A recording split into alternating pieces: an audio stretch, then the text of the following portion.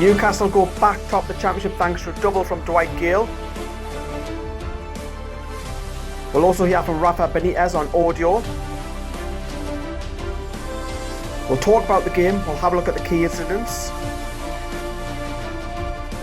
And of course, massive respects were paid to Pav Cernich a year on from his death. Hello Newcastle fans TV, Newcastle 93 and Nottingham Forest 1, as you've seen in the intro there. We've got a couple of things coming up, so we'll hear from Rafa in a minute. Obviously the take on the game of course as well, and we'll have a look at the league table as well. So as you know, in reviews what we do is we normally start off with the lineup, so let's get the lineups on screen for you. So Newcastle lined up, and this was a bit of speculation who would start, what formation, so on. But he went with the same formation that he's had all season, but he went Perez in the number 10, with Gale, and Diarmi was dropped to the bench, so no Mitrovic either. On the left it was Atsu. I was very pleased to see how him start. In the middle it was Hayden and Colback. Pretty disappointing to see them start, if I'm being honest. Richie on the right.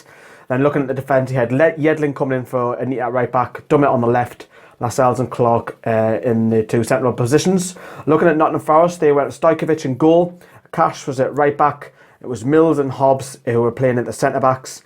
Eric Lejai was playing on the left wing back, and then you had the Kasami, Lom, Dimitru who was playing on the right wing, Pereira, Osborne, and I had Nicholas Bentner up top as well. So that's the team news. That's how they lined up.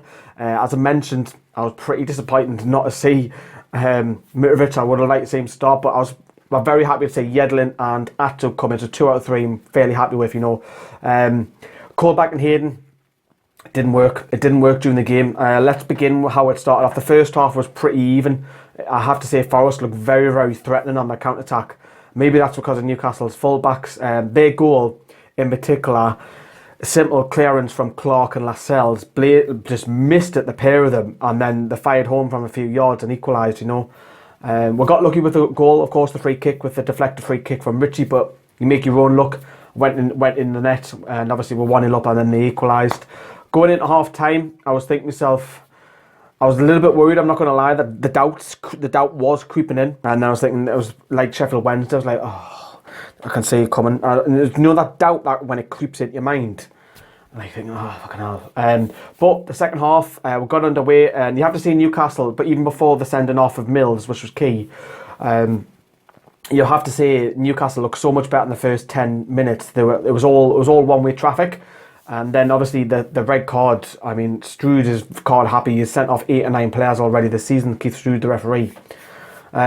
Descent, and then it was almost like a double descent he got sent off. I was very surprised to see like a red card for double descent. It's not often you see it.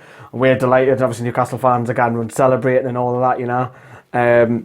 But that changed the game. I'm going to put my neutral head back on, take my Newcastle head off. That changed the whole of the game. It was a poor decision by the referee, I think. Maybe if you argue with the referee, yeah, he deserved it, but overall, pretty poor. But you know what? We had against Forest in the away fixture, we had 2 horrible red cards that weren't even red cards. Forest fans will probably disagree. And Forest fans were actually magnificent up until you have to say the red card. They went very quiet. They come in the pack numbers, you know. So credit to Forest fans. You only sing when you're winning is the phrase, but I have to praise Forest fans actually done numbers, you know. And then we needed that goal, didn't we? And then that's when we started to see obviously a couple of changes, you know. Diarmi was brought in for Colback, which was a lot more promising. And then obviously Gale got his goal shortly after that red card, just before that as well. So that was obviously a great touchdown, and then he volleyed it home. I thought he actually lost it, you know, when the cross came in. I thought, oh, he's done too much. And then he fires home, you know. And then obviously we got the third one, which was very similar to a goal he had earlier on in the season when he got his hat-trick, you know, against Birmingham, when he just tapped it in from 1 yard out, you know, and it was game over by the 80th minute. Want to see Mitrovic come on a lot earlier. We've seen Lazar come on for 7-8 minutes, but Mitrovic didn't come on until the 87th, 88th minute. But we're not going to talk too much about Mitrovic. It's all about this man tonight, Pav Cernich. Tributes for him as well. As you can see on your screen there, the tributes, all Newcastle fans were tributing. It was a great little quick minute or two by the club, you know. I was very surprised to see it, to be honest. I thought it would just be a quick thing, and I thought it would just be like Pavel's brother speaking on microphone. It was nice to see that. You'll see more of that in the match experience, so do keep an eye on that for coming shortly as well. And obviously we've got fan cams also coming up too. Now, looking elsewhere in the league table, Brighton's game was postponed because of fog, and also was Reading, so Newcastle bounced back to the Premier League. I wish it was Premier League. Bounced back top to the Championship, which is brilliant.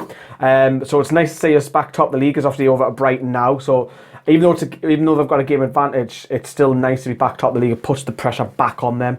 Because I said in the last video, it's probably going to be dictating. It'll be jumping between the two of the clubs, you know. This is what Rafa said on that key red card. Job done. Pleased for that, because we needed to get 3 points. But if you analyse the game, the first part of the game, we were pushing and creating some chances. Sorry. And at the beginning of the second half was the same. So I was pleased with the situation, with the approach of the team in the second half. And after the sending off, obviously it gave us an advantage, but I think we were doing what we had to do. So it's not that, like the other day, you were not creating. We were pushing, we had free kicks, corners, and we were around, and I was pleased with that. So if that red card didn't happen, would it have changed the game? I'm a little bit unsure. Some fans think, yeah, we would have got the second goal. I'm a little bit unsure about that. I think it would have fizzled out, possibly for a draw, if we didn't get that red card. I would have seen Mitrovic a lot earlier, without a shadow of a doubt, you know. But we'll move on. We're back top the league. The games are coming thick and fast as well, so I'll try and get these videos out for you, and then we'll get on the previews. I'll be hectic as well.